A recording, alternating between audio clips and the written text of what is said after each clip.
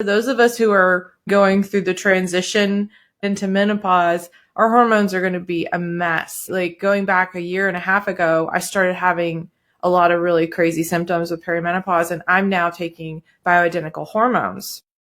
But SNP that I want to talk about has to do with detoxification of those hormones, because you can be on bioidentical hormones and then not process them properly and then have a risk of developing some issues from that.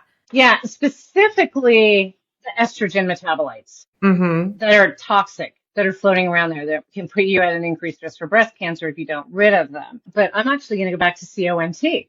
The GG, you're good. It's that A allele, and I'm an AA. Again, you think of that very slow breakdown. It's a very slow breakdown of the estrogen metabolites. GSTM1 is another one. If you're an AA, they call that the deletion.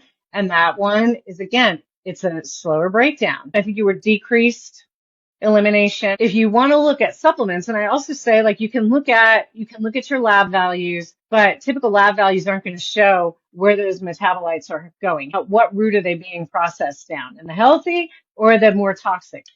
So a Dutch test, if you're questioning, like I did the Dutch test to make sure that I was doing things right. Saw some things I didn't want to see as much there. So I do a combination, and I put clients on this too. And I would say, just run it by your doc if you're doing the hormones. Is DIM, which is from cruciferous vegetables. So so DIM will help to bind to those toxic estrogen metabolites. And then there's a supplement called calcium D-Glucarate. And that's like, let's get this crap out of here.